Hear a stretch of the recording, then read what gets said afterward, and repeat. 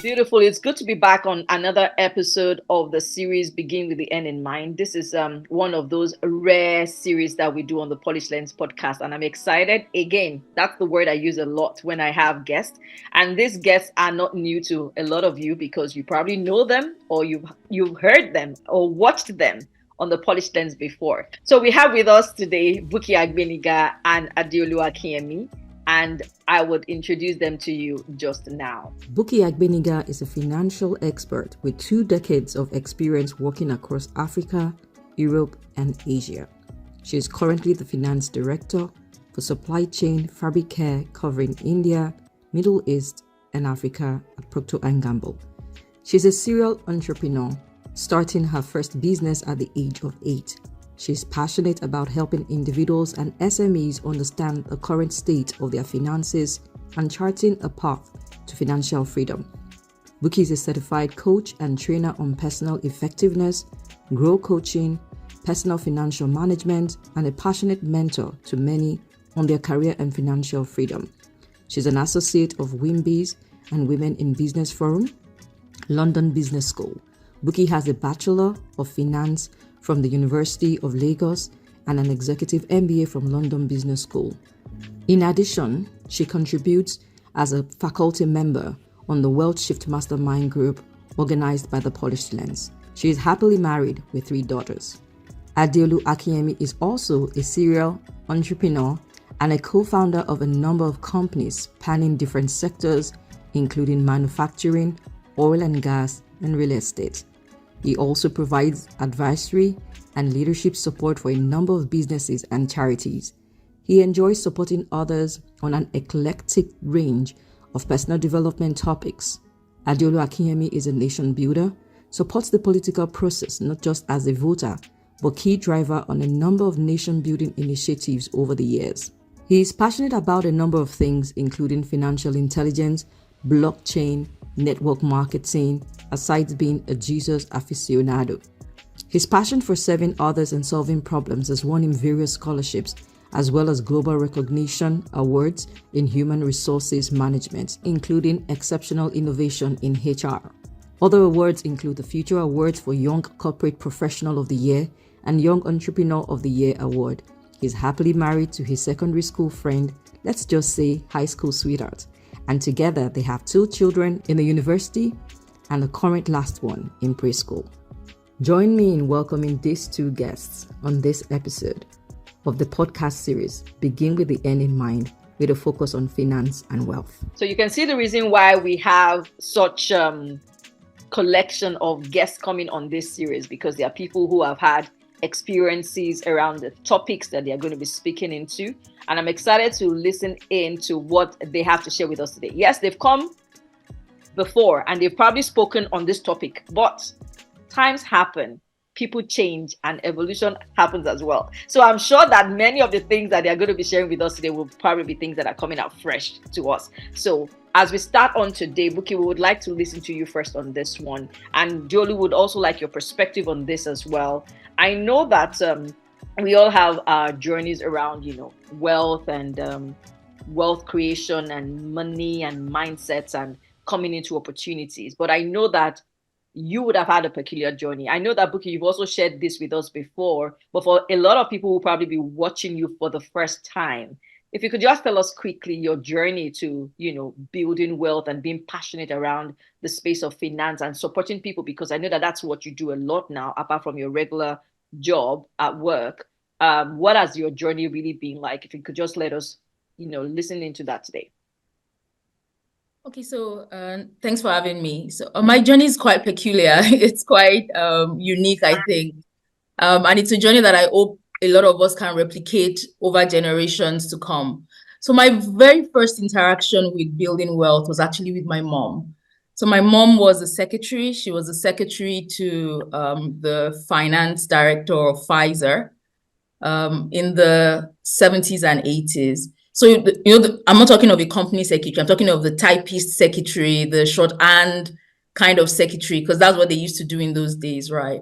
So she was the secretary to the finance director, and he used to send that to a stockbroker. to buy shares. So I think the stockbroking firm is actually still active in Nigeria. It's called Pilot Finance. It used to send her with his stock instructions every month. And she just felt whatever this very smart top guy is doing, I need to do the same. So she used to just buy in tiny trickles. Whatever instructions the guy gave, she did a very tiny fraction of whatever she could do out of her salary. And she just kept doing that. So I remember it was about my GS2, GS3. You know, our parents then, all the very important things were always under the mattress. And she had this cardboard papers that she used to keep in nylons under the mattress, and she will bring more every month. And typically the cardboard kept getting more. And we just knew it was very valuable cardboard. She always kept under the mattress. Nobody knew what the value was. So it was always there. Anytime we're looking for anything, you know, you open the mattress, that's where all the important things are. So I recall, I think it was around my GS2, I started realizing that, okay, these things on this cardboard, they correlate to what's in the newspaper, because then the newspaper columns add this column at the side that always add all the stock prices for the previous day. So at that point, I think I'd done business studies and I knew that, okay, there was a stock market and there were prices. So one day, my dad had an electronics shop. So I used to go there to sell during the holidays, and he had stock keeping cards. I just said, I'm going to bring home his stock keeping cards, and I want to do a stock keeping like inventory of this woman's cardboard papers. So I brought everything out and we started writing all the companies, the shares. So you start, some were bonus dividends, some were script, some were different things. I did a tally, it was like and paper and all, brought the calculator, took the newspaper, put in the price for the day. And, you know, we had to do the math like 3 times. Like, it's impossible that this cardboard under the mattress is worth this much money. Even she was flabbergasted at the value of what was under the mattress. And I think for me, it was very early on. It was JSS, I was still junior school. I knew immediately that it didn't matter how small you were, it didn't matter what your income was. If you did something consistently over time, it would yield into something.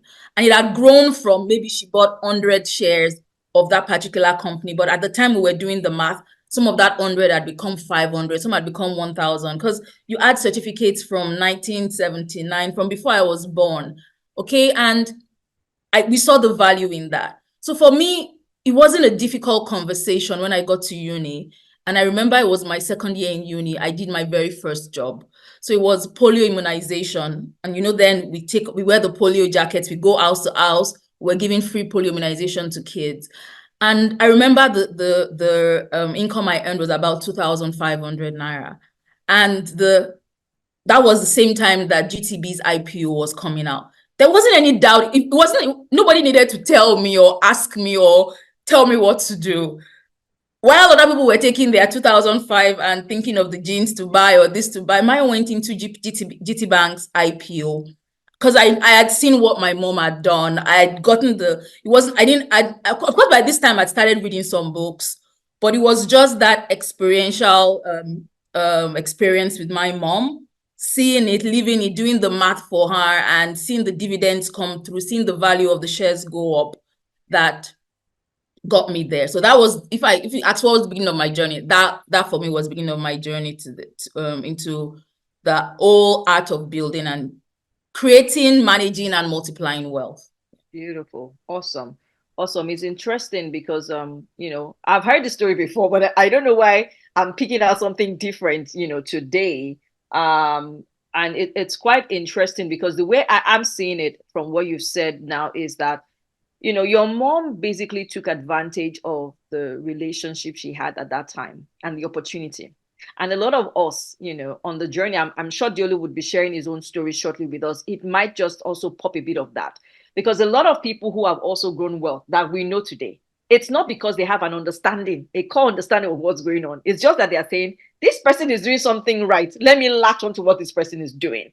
And I think it's not even only in the area of finance. I think with a lot of other things, a lot of us might not really have a deep understanding of why the results are coming that way. Maybe that's why we can't pass it on to someone else. But at least if you can say it's working for this person, I can at least learn that. I will hold on to only that. There were a lot of other things you said there that I could have picked up, but I'm looking at it now is for every one of us to really look at the people we're surrounded with or the people we have around us to say, are they doing things that challenge us? Are they having results that we're interested in? Because if only we can at least learn and modify what we're doing, we might just be positioning ourselves differently. Thank you, Bukki, for sharing that. Adeolu, I want to hear your thoughts on your own journey, because I know that I've heard a bit of it before too, but I can imagine that there will definitely be something juicy to extract from it again today.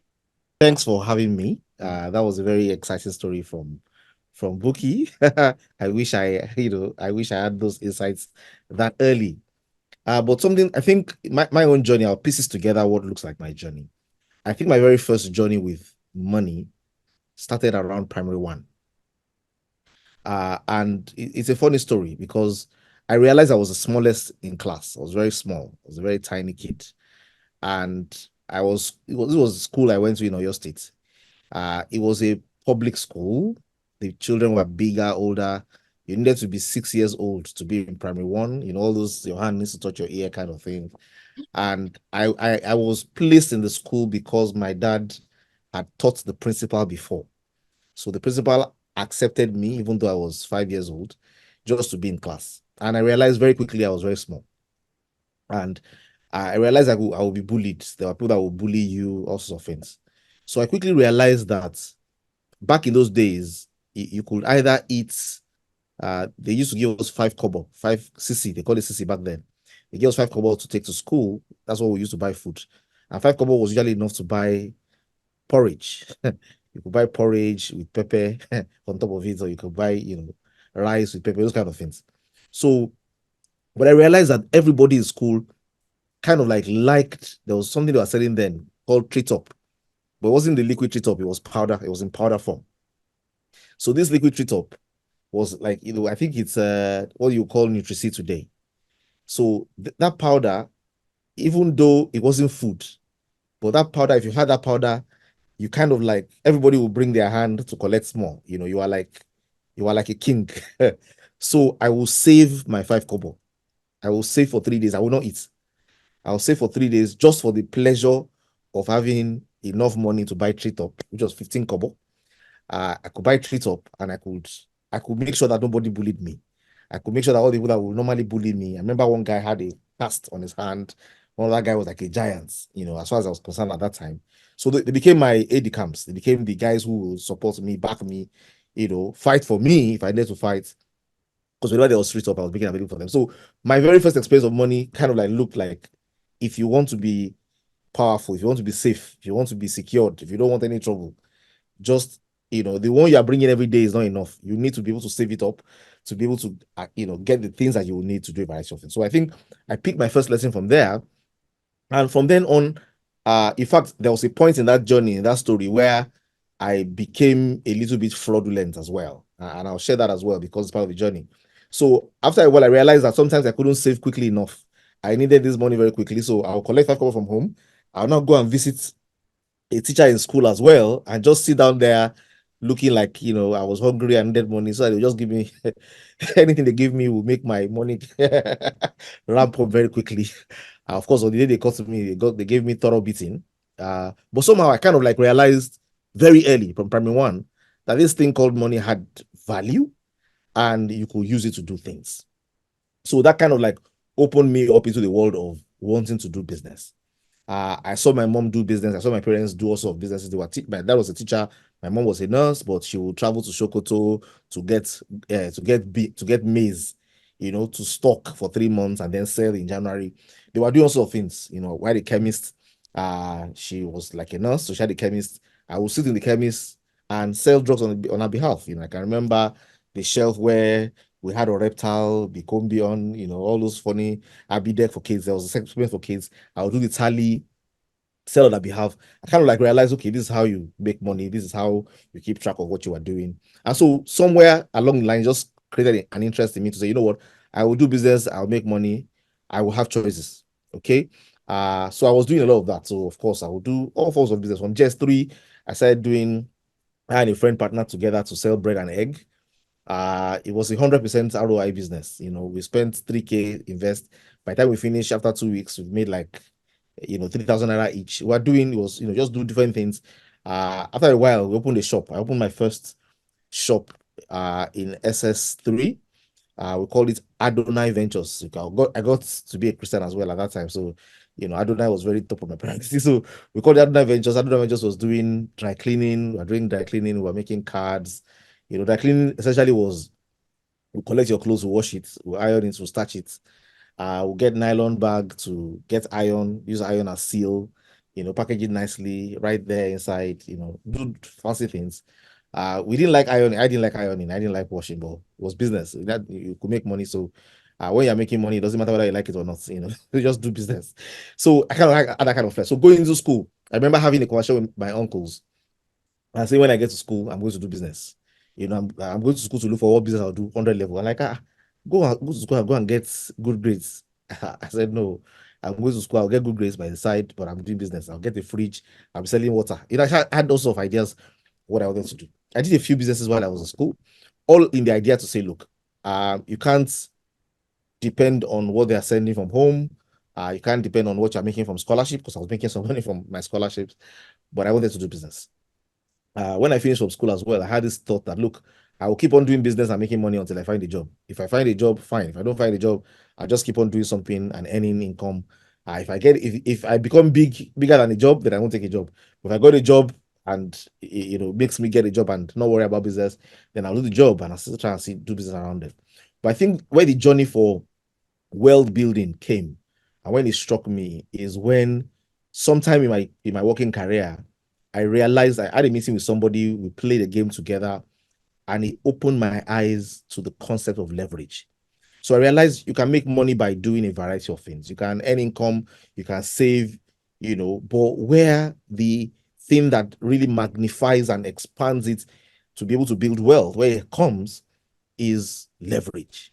When you understand that maybe you are putting your money in something that has capacity to give interest and has yield, or you put your money into something that also leverages on the energies of other people to give you more value, or where there's an established investment, maybe in real estate, where there can be capital gains based on time, and there can be those. So I realized that if you allow your time to be what you're using to get money, it's limited.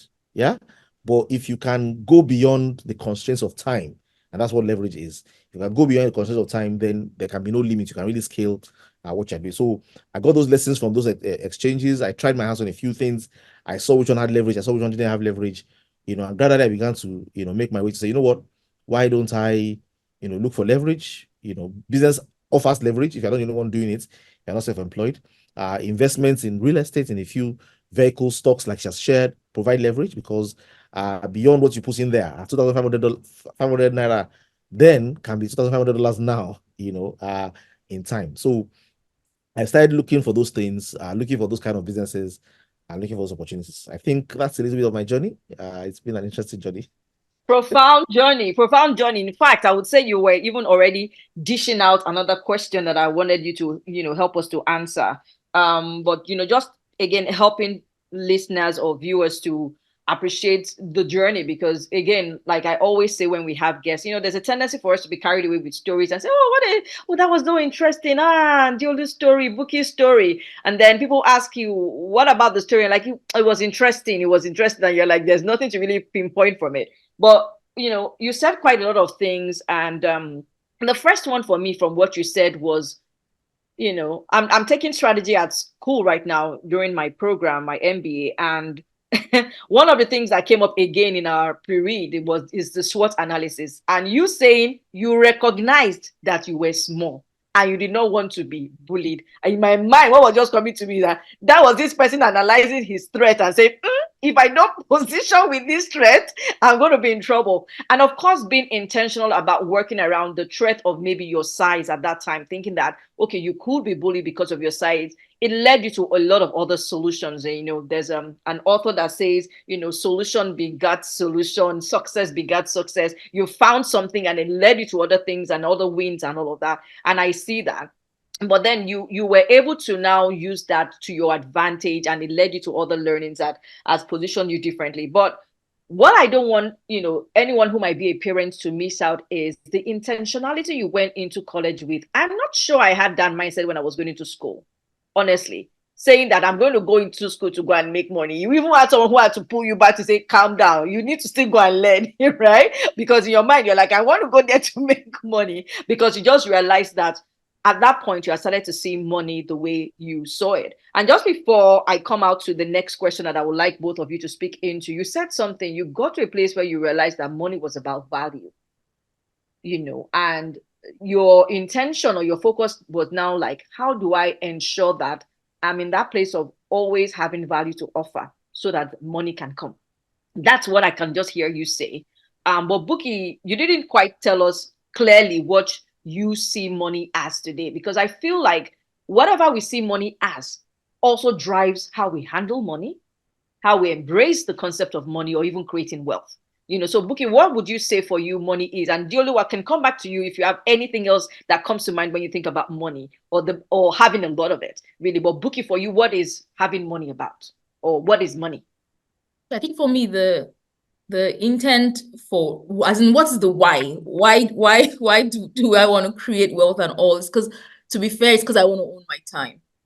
I want to determine what I want to do with my life. And I don't want to be tied to having to do something for somebody else for a long time.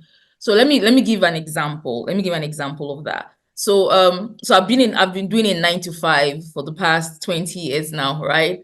And I'm still doing a 9 to 5. But the fact that we've created wealth to some extent has given me choices that people think is stupid or crazy. But it's absolutely not. So I've made so that in my company, there are 2 career paths you can take. You can take a career path where you continue to work like very hard and you continue to go up the ladder, and the pressure is there, the work is there, and you earn so much more money from the 9 to 5, but your life is literally the 9 to 5. But it got to a stage where I said, no, I don't want that part. I want the path where I stay at the level I'm at. I'm recognized for a particular competency. But that's because I can afford to do that. Some other people can't afford to do that. But we're in a place where, for the kind of lifestyle we want to live, again, there's a balance between the lifestyle you want to live and where you are, right? There's always a balance to that. We could make that choice to say, I don't want to do this. And now, what does that choice avail me? That choice avails me the time to do the things that I want to do. So I don't have to travel so much. I don't have to be on the road. I can do things personally that give me joy, things that I feel fulfill my mission. So it's giving yourself that owning your time, owning your space, deciding what you want to do with your life, what you want to do with the rest of your life, your time, versus chasing things and chasing money. So for me, it's more about creating that wealth, creating something that continues to regenerate itself. But the key underlying reason is I want to own my time. I want to fulfill destiny. I'm clear on what my purpose is. And the only way I can fulfill that purpose is to dedicate time to it. So if I can create the wealth that I need to be to be covering my cost of living, then I can dedicate my time to fulfilling purpose. So for me, that's really the why for wanting to generate wealth. Incredible. I like the way you kind of helped me to redefine that question, because I was asking about what money is to you, but then you're like, you want to see that as something that you would answer in the context of why would you even want to create wealth. So Adeolu, whichever one you want to swing it on, what is money to you, or having a lot of it, or what could be a strong why for you behind creating wealth for you today? So thank you very much. I think the why for me is freedom. So I believe that without wealth, we are enslaved. We are enslaved by a need to do the things we probably may not like, because the bills don't care whether you like it or not. The bills will come. And if you don't have a lot of wealth, you're not free. So for me, it's freedom. It's the same freedom that the slaves, those who are slaves in the past, wanted to have. It's the same freedom, So financial freedom is the drive. The idea is, I want to be, just like Bukki said, I want to be able to choose to do what I want to do when I want to do it. Yeah. I don't want to be, I tell people, if you're not earning enough passively to take care of your expenses, you are not working by choice. You don't have a choice. You have to do whatever work is available. And don't kid yourself. You have to do whatever is available. But once you begin to build wealth, you have choices. So I'll give you a quick example. I was trying to teach. I got my kids to start learning how to drive, and then they had an incident. They hit a car somewhere, and of course they were like, the driver. I told the driver to go and teach them. So the driver was like, how will he explain? And then they came to me and said, they bashed the car. I said, yeah, go back and keep driving. And they're like, what's going on? I said, drive.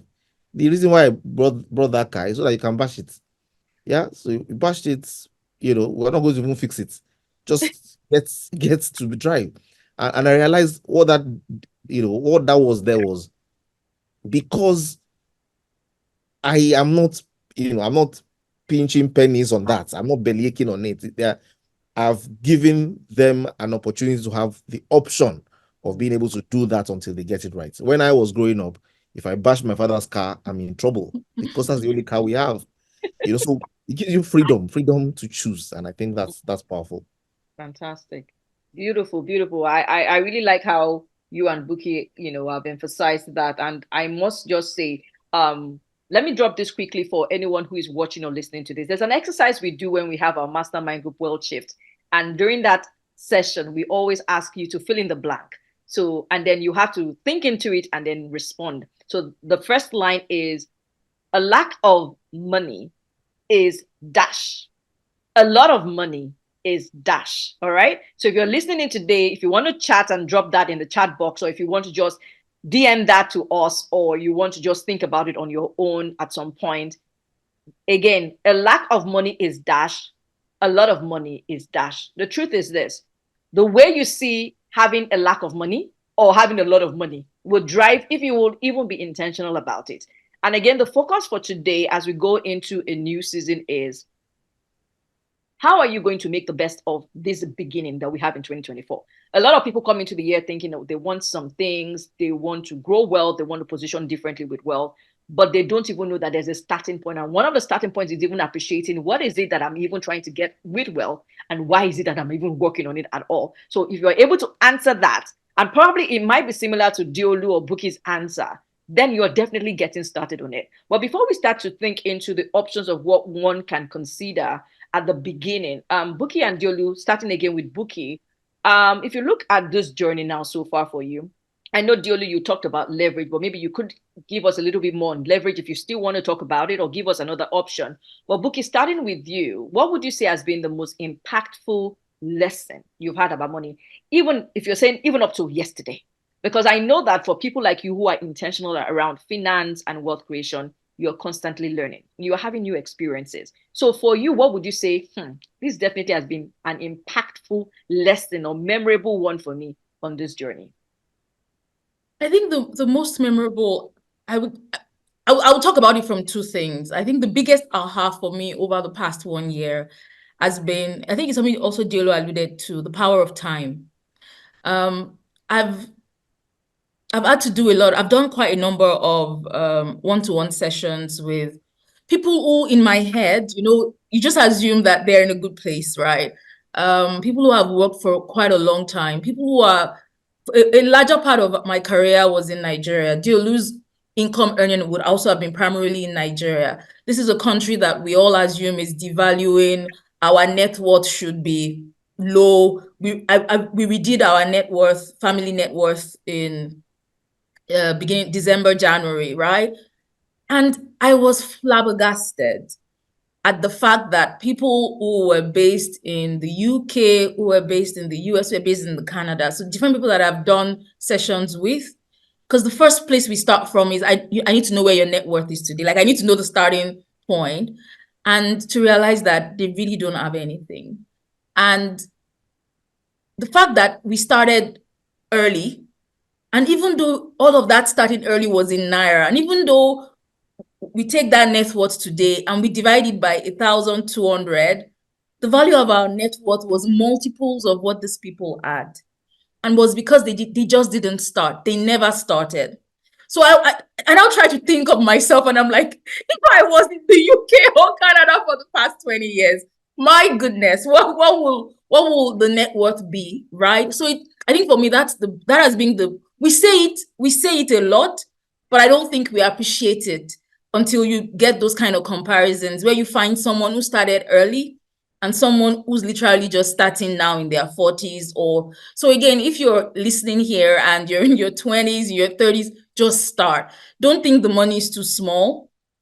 Don't think the money is too tiny. There is a compounding effect with time, right? There's a learning also with time. You learn early, you make your mistakes with small money. You do it when you can take a lot of risks. You learn and you grow with time. And if you're starting in your 40s, if you're in your 40s here, it's still not too late to start.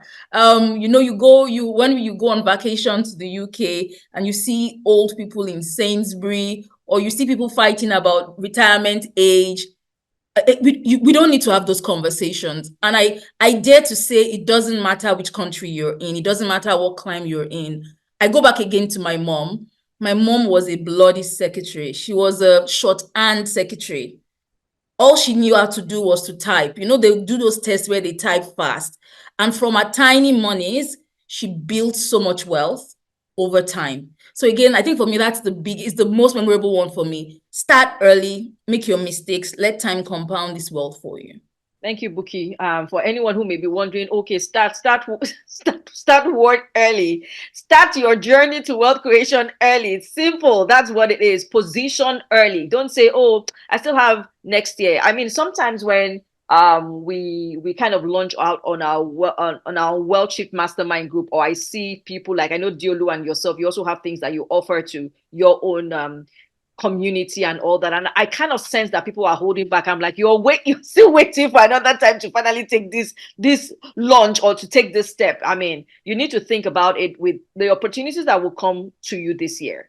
Bukki's admonition from her own life journey so far is time is in your favor if you start early, because it compounds the results that you will get eventually. So Adeolu, let's hear from you. What has been your own most impactful kind of experience or learning so far? Okay, so it's not too far from what Bukki has shared, but I see it slightly differently. I call it financial intelligence. So I think the reason why we started our journeys was because we became aware, and what I had at age 5 was some kind of self-awareness, that helped me to realize what's going on around me and what do I want. And I think for many people, that self-awareness doesn't happen for them because when you are ignorant of your ignorance, it will take something outside your space to really wake you up. So I think that, and that's why I think people need to enroll for these coaching sessions. People need to enroll for this, wealth shift. People need to enroll for this paradigm shifting opportunities, because if you don't know that you don't know, how will you even begin to make the move to begin to take action? So before action, there's knowledge. I usually share that, and I think it's a general training concept that people always go from unconscious incompetence to becoming competent unconsciously. So you move from unconscious competence to conscious competence to unconscious competence. And I think the same thing happens in finance. I think that they say in my language that the day you wake up is when your money begins. And I usually like to joke and say, when we left primary school, they told us we're going into the real world. When leaving secondary school, they told us the real world is in front. When we're leaving university, they said, now you're entering the real world. And when we got married, our mothers called us and said, now is the real world. And when our wives became pregnant and gave birth to babies, they said, you have now entered the real world. And I say that the real world may never happen, but you need to choose your real world. And I think your real world begins on the day you become aware and begin to make the decisions to change your fate. So I think for me, the most impactful thing that happened was the day I became aware of my financial realities. On the day I got assessed and I realized my net worth, is zero. On the day I realized I earn no passive income. On the day I realized what I have called assets are not, on the day it became clear to me that, if you lost your job now, or you had whatever now, you need to be like the prodigal son and go and begin to dig and slug it out with pigs, because you don't have anything. So and I think the day one becomes conscious of one's true financial position, your balance sheets, your liabilities, your assets, your income, your expense, and how you run your cash flow or your cash flow cycles. On the day you become conscious of that is the day where change begins. That's when you begin to start. And that's the benefit that some of us have, because we started 20 years ago. We're not in Canada, we're not in the US, we're in Nigeria, but we became aware that, look, this thing is almost like a game. Okay, it has rules. And if you follow the rules, it doesn't matter where you are from or where you live. And it doesn't matter how small what you have is. Okay, that what you earn is not important if everything you earn is still being spent. So that you become conscious, okay, I need to create positive cash flow. I need to begin to make savings. I need to begin to deliberately build wealth. I need to begin to channel for either capital gains or passive income and all this kind of things. So I think intelligence, is one of the most impactful things that happened for me. I usually draw my library and say it happened for me around 2005. 2005 was the year where I realized, you need to start doing something deliberately about your life. It will allow you to be free. It will allow you to be able to take risks. They asked Steve Jobs, what is money to you? And he said, look, freedom to take risks. I can take many more bets, lose on many more, and win a few, because now I have cash. Before now, you just put everything in one place and hope that it works. But now you put it in 10 places, and if one works, you keep moving forward. So yeah, I think intelligence is the most impactful thing for me. Yeah. Let me quickly corroborate what Adeolu said, because I'd just like to share two instances that I think jigged me on the journey. So the first one, I think, was my parents' friends. So yes, I'd had this stock thing, but just that whole I'm not going to be like them mentality was my parents' friends. So you had these friends who were the life of the party, who were the ones who were reigning when we were young, and all of a sudden they just couldn't maintain their lifestyles. And you wonder, why? What exactly happened to these guys? What did they get wrong? What do we need to do differently? The second one was an experience that I think, again, curiosity. I want to believe that we're also triggered by the Holy Spirit to ask questions, right? Was an instance we had where my husband got his, we're actually still going out then. So it was before we got married. He got his office, he got the place where he wanted to use for his business. And this was in 2004, 2005, like those days in Lagos when rent was 2 years. And this guy said they were only going to collect rent for 8 months. And we were like, praise God, favor. But I was like, what kind of favor is this? Who asks for 8 months rent when everybody wants 2 to 3 years of rent? And so we asked, why exactly are you taking this rent? And the guy was like, he was an agent, was like, oh, the mama that owns the place, that's how she wants it. And we were like, why? I really want to understand the logic behind it. It doesn't make sense. And the guy was like, oh, the mama inherited this building, that other building, this building, like 3 buildings from her husband. The buildings were giving her like 36 flats, and each flat had a month when it gave its income. So she had constant income every month from 3 flats. So if somebody moved out of a flat earlier than its scheduled month, she regularizes it back to that month. And for me, this was a woman who was illiterate. She wasn't educated, nothing. And I think something clicked for us that day to say, you need passive income that gives you something on the regular. You don't have to think about it. And again, imagine this was 2 decades ago. So for me, there were those two inquisitiveness. The first one was, I don't want to be like my dad's friends, or even like my parents. Their standard of living today is not the same as what they used to have before. And then this encounter with my husband's landlady. And then you just knew you needed to build wealth to a place where your things were working for you. We didn't know it was passive income then, right? We just knew there was this logic, there was this thing. We have to get to this thing as quickly as possible. Yeah. Wow. Interesting. I think my pull out from what both of you are saying now is that the truth is, I think a lot of us do have those experiences that jolt us out of fantasy and dreams. The challenge is not doing anything about it. I think a lot of people just don't do anything about it.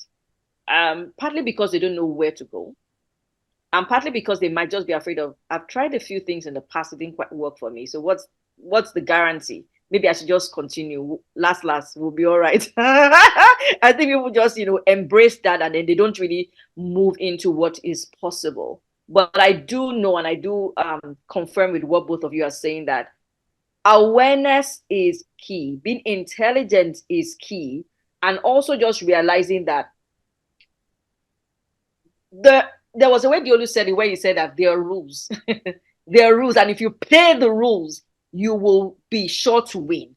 And if you're not positioning with the rules, you will feel it. Like in Buki's story, the mama or the grandma is positioning her, inflow according to the rules that she was setting. In fact, I think at some point you can start to set the rules. But then if you're not even playing by the rules that are general, then you cannot even be in a place where you can even set any rule. And so as we start to look into the year, I just kind of want us to get a bit of two practical ideas from both of you, because a lot of people will be like, okay, I've heard a lot about around wealth. Okay, where do I even start? What should I be mindful of?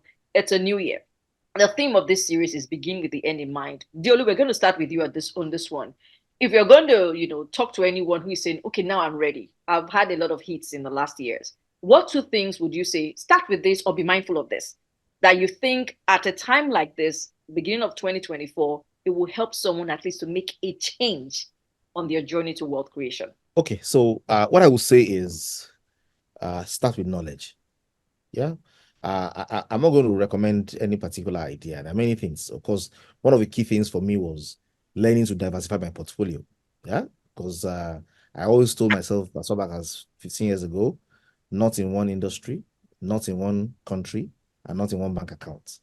So for me, you want to make sure that you have stake in a variety of places so that if anything happens anywhere, you still, you have a fallback position. But I think start with knowledge. And I think people need to prize financial knowledge more, because the cost of ignorance is a loss of time, and time is money.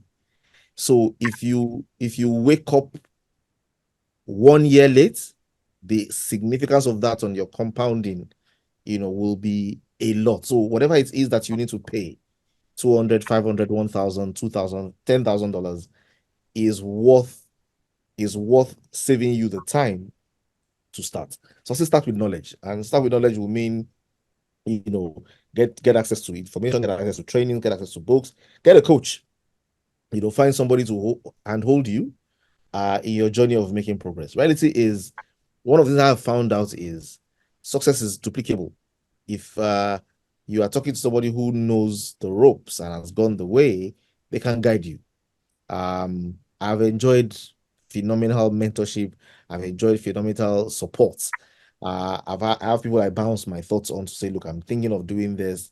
I remember times when one of my mentors, he usually told me something, and I didn't understand it for years.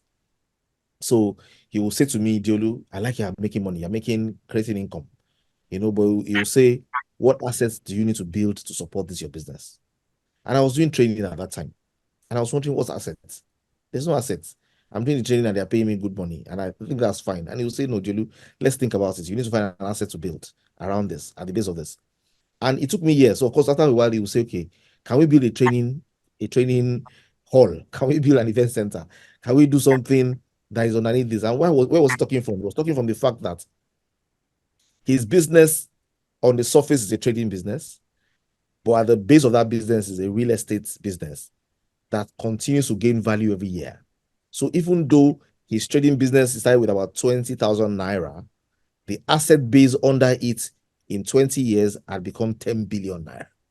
Now, so he was looking at me and saying, look, I can see your cash flow, but I can't see your balance sheet, and what you're doing needs to have a balance sheet as well. And I think, so knowledge is key. You can't, I can't price it for you. So start this year looking out for, where can I learn, who is doing a course, who is doing a training, are there books I can go through and learn, get a coach. People who want to be top performers have coaches. People who want to be average and be average, they don't need anybody. You can do average all by yourself. But if you want to be, star performer, you want to be, award winner, then you need guidance. And start with knowledge. That's what I'll say. Empty bags don't stand upright. So when your head is knowledge, yeah. So Keith, just before I take out from your own points. Let me hear from Bukki first, and then I will kind of do a summary on what you both are sharing. I think Adeolu stole exactly what I was going to say, but I'm just going to say it from a slightly different angle. And I also wanted to say knowledge, right? And knowledge for me, more from people usually make the mistake of, because what you hear from a lot of people is, oh, I tried to invest and I lost my money, and so I'm not even going there again. And I always tell them, no, you made the mistake. You don't jump into what you don't understand. So you need to go and learn. You need knowledge. And when we say knowledge, so again, ask Deolu for his background. Deolu didn't do finance. Even I did finance, nobody taught me saving, investing, ETFs, anything like that in my 4 years in the uni or my MBA. Nobody did that. So it was what we were interested in. So if I want to bring it down to what's practical, clean up your social media following.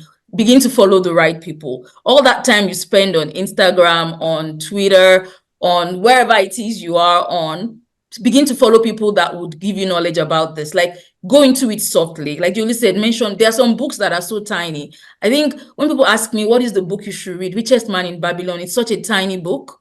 My 12-year-old will read that book and understand it, but it contains all the principles that is in all the fancy books, right? There's some very simple things, but clean up your social media, surround yourself with this information.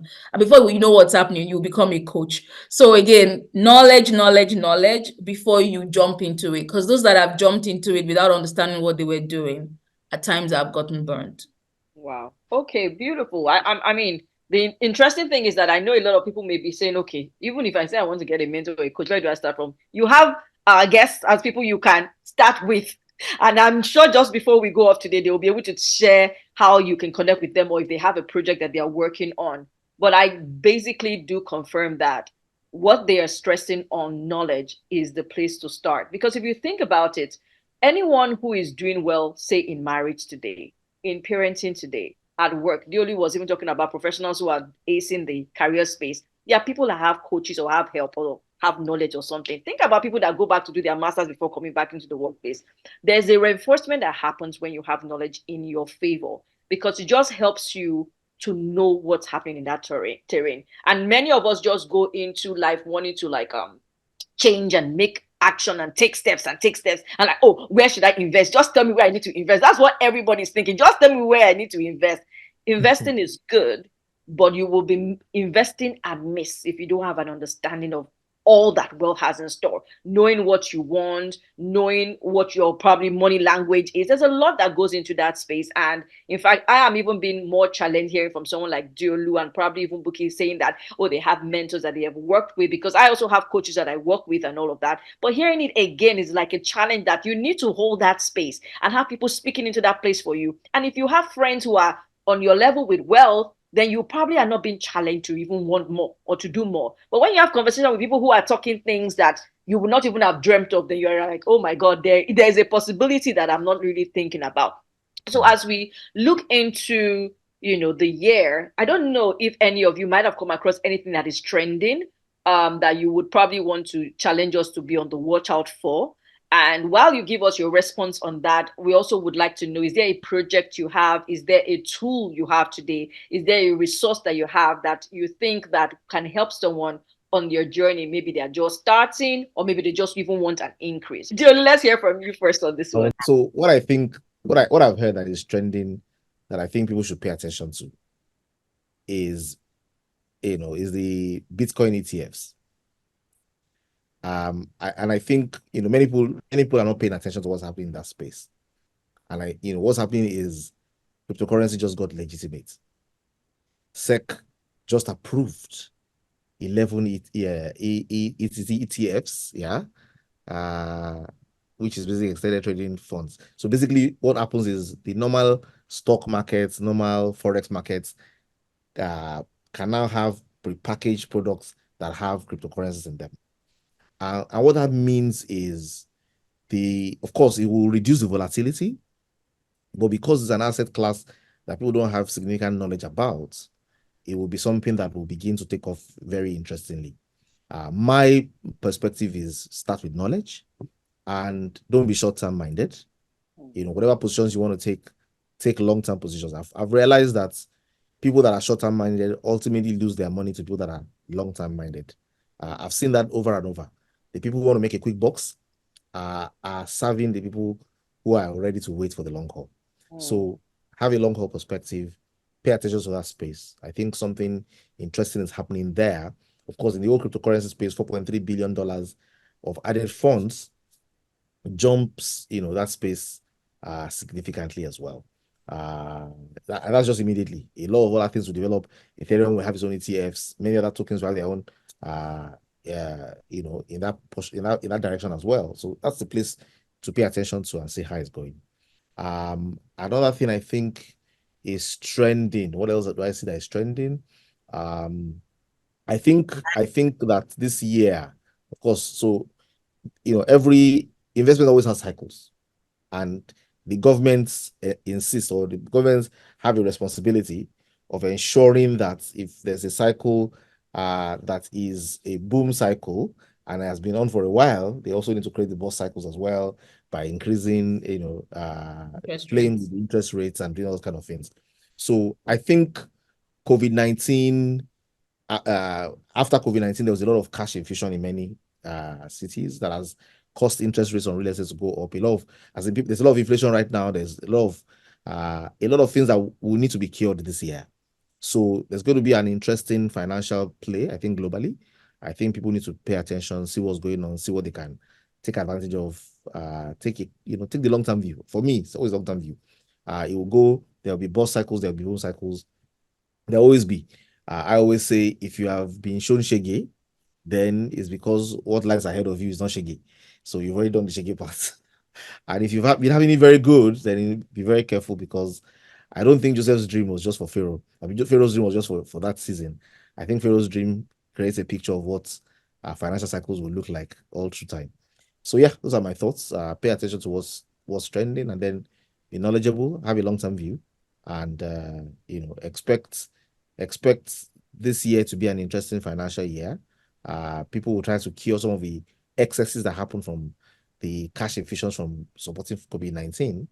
And I think it will be very interesting how it plays out. Yeah. Beautiful. Thank you for sharing that. Bukki, is there anything you want to add to that? I wouldn't take away or add. I think the only thing that I would say comes to my mind of what people need to think about. I think the biggest aha, again, you assume that knowledge you have is universal, but the biggest aha I think I've had when you think about investments with people is when you look at people's investment portfolios, it looks like it's just diversified along asset classes. And that for me was quite worrying, that it was just a continuous trend. Maybe mine is a trend of what people need to go away from, right? So people are quite knowledgeable about diversification around asset classes, but they are not actively looking at diversification across currencies or diversification across the longevity of the kind of assets they are putting their money into. So it needs to be one, diversity of asset classes. Second one is diversity of currencies. Even people that don't have currencies in devaluing countries, there is huge currency volatility, even between the pound, the dollar, and the euro. So diversity across currencies, diversity across the longevity, short-term, mid-term, and long-term. Because I've found some people who all of their assets were tied into long-term things.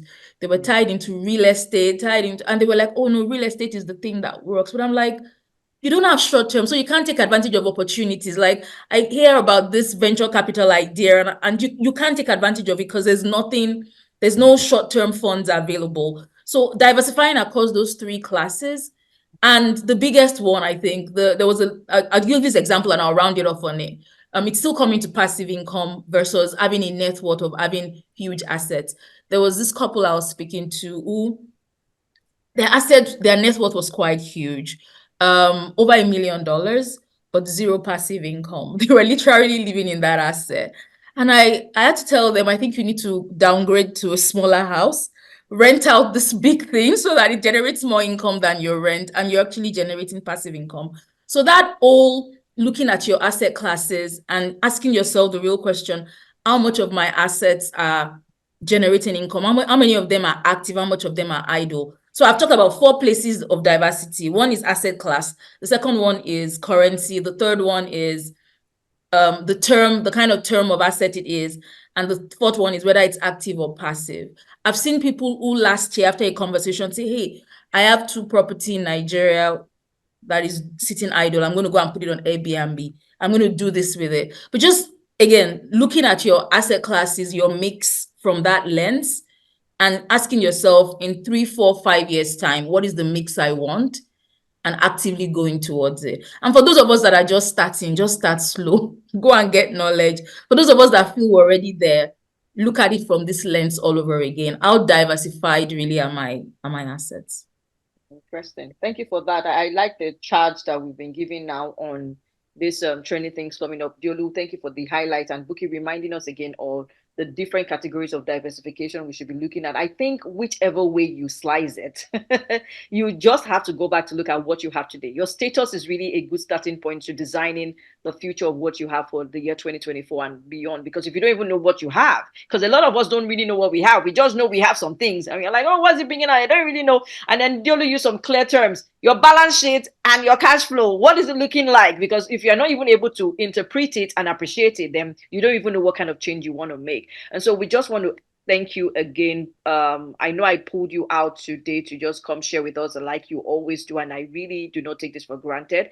But I want us to, leave knowing how to connect with you, or if you have a current project or a current program or a current resource that people can immediately log into in the next few weeks or months to help them to position even better on their journey to wealth creation. Adeolu, let's start with you on that again.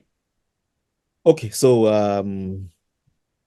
how to reach me? Yeah, I think you can reach me on Twitter. You can reach me on Instagram. You can also reach me on adeoluakinyemi.com. So I think my handles are Adeolu Akinyemi on Twitter, Adeolu Akinyemi on Instagram, Adeolu Akinyemi, adeoluakinyemi.com as email. And I have something interesting I'm currently doing that I think people could be interested in. I think my first significant cash outlay that I used to invest in my first set of assets that gave me a level of freedom was made in a particular industry, and I have something on that industry that I'm currently driving that is a bit global. People can reach out to me. I can give you insights into that. There was something that came to mind when Bukki was talking that I think people need to pay attention to. I think for stock and all those kind of things as well, I think AI is looking like a very big game changer. I'm sure we're all familiar with ChatGPT, Bard, Midjourney, and the rest of them. I think very interesting things are happening. Of course, companies like Google, Microsoft are, basically staying relevant on the back of that technology. I think there's a lot of value that will come from there. You can expect some of the stocks of the companies that are on the horizon that are very strong in the AI space to grow in the course of the next few years as well. I was reading an article about a particular device, Rabbit, that was just completely sold out a few days ago. They launched 10,000 copies and it was completely sold out. And it's supposed to be like a personal assistant, an AI personal assistant that looks archaic. It's not a smartphone, it's not Alexa. It's a hybrid of something in between that basically does AI support for you to answer your question on this kind of things. So I see that as a trend that you want to pay attention to, and I think awesome things about making sure you have liquidity, because if you tie down all your assets, if you tie down all your resource, you will pass over opportunities repeatedly, which is an acronym for poor. All right, thank you for that. So we're going to drop Adeolu's links in the chat box and also in the caption of whatever platform you might be, getting in touch with this content on. Well, Bukki, let's hear from you. What are you working on? What do you have? How do we connect with you? So I do personal sessions. Again, you can reach out to me. Bukki Agbeniga is all my handles. So you can reach out to me on. I'm pretty old school, so you can reach out to me on Instagram, Twitter, and Facebook. I don't have any of the rest. And then there's a program I actually do with Fola Fayo, and I'll leave her to talk about that. But that's a program where indeed you really get into the nitty-gritty of creating wealth. Yes, yes. All right. Thank you so much. The program that Bukki is referring to is a once a year program. We have it October, November of every year, and Bukki is on faculty as the financial coach. And we've been running it for almost about 4 or 5 years right now, and we've been seeing incredible change and growth. And the interesting thing is that the book that we write that program on was actually introduced to us by Adeolu. So you see, I'm surrounded by the right set of people here. So if you want to challenge your mindset or at least have someone to support you on your journey, you could definitely reach out to any of our guests today, Adeolu Akinyemi or Bukki Agbeniga. And as we come to the end of this session, and as we wish you all the very best in 2024, I want to say thank you very much again to our guests today, Bukki Agbeniga and Adeolu Akinyemi. Thank you for joining us today. Thank you. Thank you. Thank you, everyone. God bless. Bye-bye.